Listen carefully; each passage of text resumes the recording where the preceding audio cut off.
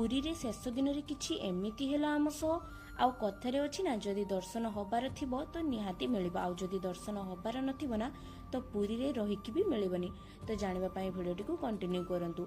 तो सकाळु आमे स्वामी स्त्री बाहरी के आस्तिलु दर्शन करिबा पई आउ एते भिड देखि किना आमे भाबिलु कि एबे जिबानी दर्शन करिबा पई 12टा 12:30 रे जिबा आउ प्रसाद पाई कि एका थरे के आसीबा आउ पैकिंग करके घर को जिबा।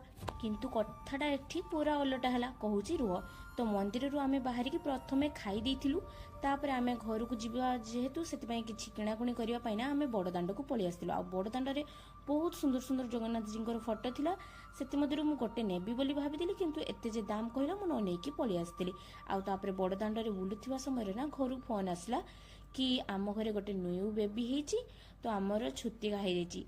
आउ एटा शुणिक तो आमको बहुत खुशी लगी जेहेतु आम घरे गोटे न्यू बेबी हेची दुख लगुला एथिपाई जेहेतु आज आमर पुरी रे शेष दिन थिला आ आमे ठाकुर को दर्शन करि पारिलु। तो सेथिपाई आम पाखरे जेहेतु समय थिला आमे समुद्र आडे टिके बुलिबा पई चली आइथिलु तापरे पैकिंग सारी के आमे पळि आस्तिलु। आउ भिडियोटी भलो लागिथिले गोटे लाइक सब्सक्राइब कर देबे कारण मु कस्तूरी भारी चतुरी।